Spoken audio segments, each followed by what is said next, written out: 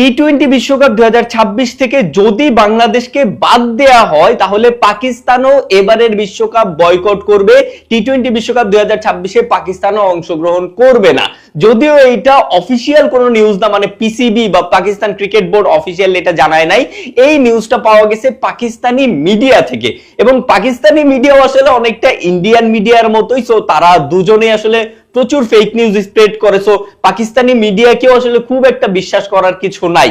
But যদি এই নিউজটা কোনোভাবে সত্যি হয়ে যায়, যদি কোনোভাবে পাকিস্তান এইবারের বিশ্বকাপ বয়কট করে দেয়, মানে এই গার্ডস পাকিস্তান আদৌ রাখতে পারবে কিনা সেটা নিয়ে আমার সন্দেহ আছে।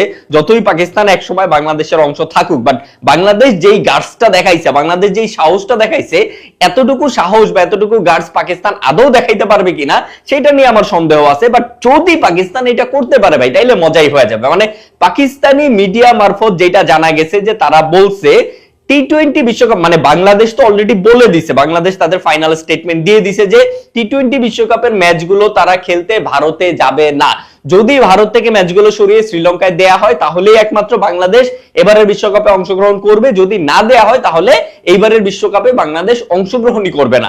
এটা বাংলাদেশ অফিসিয়ালি জানায় দিছে। বাট আইসিসি কিন্তু এখন পর্যন্ত অফিসিয়ালি কিছু বলে নাই যে বাংলাদেশকে আমরা একদম বিশ্বকাপ থেকে বাদ দিয়ে সেখানে তার রিপ্লেসমেন্টে স্কটল্যান্ডকে ইনভলভ করছি। এটা আইসিসি এখন পর্যন্ত অফিসিয়াল স্টেটমেন্ট দেয় নাই।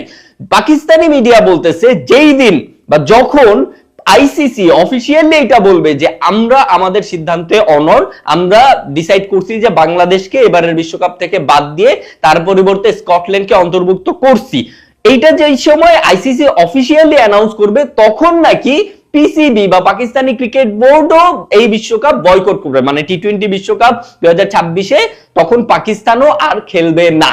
এইটা আসলে ওই যে বললাম যে এইটা আসলে কোনো ট্রাস্টেড নিউজ না, এটা পাকিস্তানি নিউজ। পাকিস্তানি নিউজ অনেকটা ইন্ডিয়ান নিউজদের মতোই, তারা দুজনেই ফেক নিউজ স্প্রেড করে। সো পাকিস্তানি নিউজকে বিশ্বাস করার খুব একটা নাই। বাট যদি পাকিস্তান এই কাজটা করতে পারে, যদি পাকিস্তান বাংলাদেশের মতো সাহস দেখাইতে পারে, বাংলাদেশের মতো গার্ডস নিয়ে তারা এই কথাটা বলতে পারে এবং এবারের বিশ্বকাপ বয়কট করতে পারে পাকিস্তান, ভাই মজাই হয়ে যাবে ভাই। মানে ওই যে বলছিলাম না যে ইন্ডিয়ার এমন একটা সিচুয়েশন হবে যে ইন্ডিয়ার সাথেই খেলতে হবে, India versus Bharat, India versus Hindustan, India versus অখণ্ড ভারত, এইরকম সিচুয়েশন হয়ে যাবে ইন্ডিয়ার ভাই এক সময়। কারণ আস্তে আস্তে বাংলাদেশ, পাকিস্তান, শ্রীলঙ্কা, আফগানিস্তান, এরকম, মানে আফগানিস্তান তো সবসময় ইন্ডিয়ারে চাইতেই যাবে, সেটা আলাদা বিষয়। বাট অন্যান্য যেসব দেশ আছে তারা আস্তে আস্তে ইন্ডিয়া বিমুখ হয়ে যাবে, সবাই ইন্ডিয়াকে বয়কট করা শুরু করবে। সো ইন্ডিয়ায় কেউ খেলতেও আসতে চাইবে না, ইন্ডিয়ার সাথেও খেলতে আসতে চাইবে না। ইন্ডিয়ার যদি কোনো আন্তর্জাতিক টুর্নামেন্ট হোস্ট করে সেখানেও তারা খেলতে আসতে চাইবে না। অলরেডি যেমন পাকিস্তান আসতে চায় না, বাংলাদেশও যাইতে চায় না।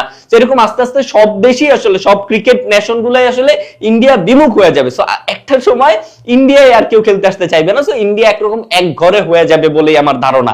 সো যদি পাকিস্তান সত্যিকার অর্থেই এই নিউজটা যদি সত্যি হয় এবং যদি পাকিস্তান সত্যিকার অর্থেই এইবারের বিশ্বকাপ বয়কট করতে পারে ভাই, তাইলে একটা মজাই হয়ে যাবে।